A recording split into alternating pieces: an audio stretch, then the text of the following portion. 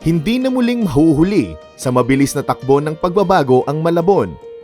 Dahil sa Lucky 9-Point Agenda, itinataguyod ang matibay na pundasyon ng Malabon bilang isang smart city. Hindi lang ito tungkol sa gadgets.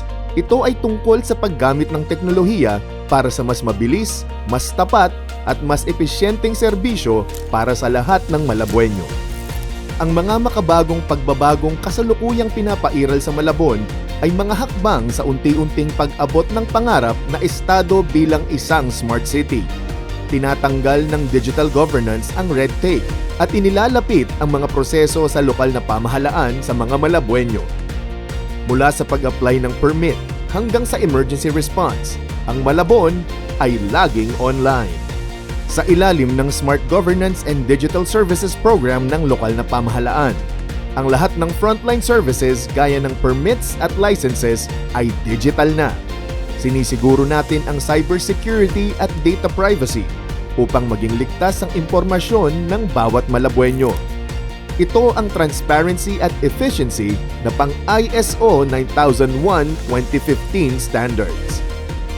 Para naman sa mga negosyo, ang Digital One-Stop Shop ay idinisenyo upang tipid sa oras at pagod.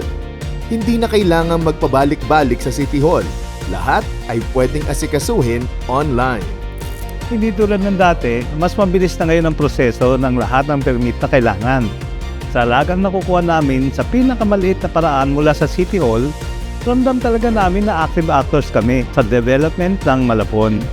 Sana tuloy-tuloy nito. Sa oras na natitipid namin, mas nakakapag-focus kami sa negosyo namin. Mula sa DocuTrail para sa mas mabilis na pag-track ng mga dokumento, human resource at procurement systems para sa mas epesyenteng pamamahala, hanggang sa iHomies na nagsisiguro ng maayos na electronic medical records at PhilHealth claims sa ating mga ospital. Inilunsad ng Administrasyong Sandoval ang Malabon Ahon 24/7 Alert App para maging direct line sa mas mabilis na pag-uulat ng mga sakuna at emergency. Ang modernong sistemang ito ay bunga ng pagsunod ng Malabon sa makabagong world-class standards. Tech-driven ang kaligtasan sa Smart City Malabon. Ang mga smart infrastructure gaya ng flood sensors at modernized pumping stations ay nagbibigay ng real-time data para sa maagang babala. Sa panahon naman ng pangangailangan, ang Key Mobile Genie Services o KMJS ay laging handa para sa on-site medical consultation. Libreng serbisyo ng paglalaba, paliguan at malinis na tubig direkta sa inyong barangay. Ang pagkilala sa inobasyon na sinimulan ng Administrasyong Sandoval mula sa mga pagdaigdigang institusyon tulad ng GovMedia Public Sector Initiative of the Year ay motibasyon upang pagbutihin pa ang mga ito. Kaya naman, sa pamamagitan ng Innovative Startup Ordinance, binibigyan ng ibayong suporta ang mga tech-based SMEs at lokal na produkto sa pamamagitan ng mga online platforms. Ito ang Smart Economy, isang ekonomiyang pinatatakbo ng galing, talino at teknolohiya. Sa edukasyon, ipinagdiriwang ng CMU Founding Anniversary ang temang Continuing Legacy of Excellence and Innovation.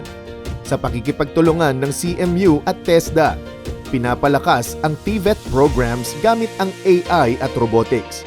Naghahanda sa kabataan para sa future-ready careers. Kasabay nito, isinusulong ng lungsod ang Smart City Framework upang gawing mas mabilis, accessible at epektibo ang serbisyo publiko at dagdagan ang citizen engagement sa Malabon. Matalino, makabago, Malabon. Ang Smart City Malabon ay atin ng kasalukuyan. Ang mga teknolohiyang ito na nakalaan para sa kabutihan at pag-unlad ng Malabon ay katuwang ng Administrasyong Sandoval upang makaagapay sa pag-abot ng pangarap ng mga Malabueño.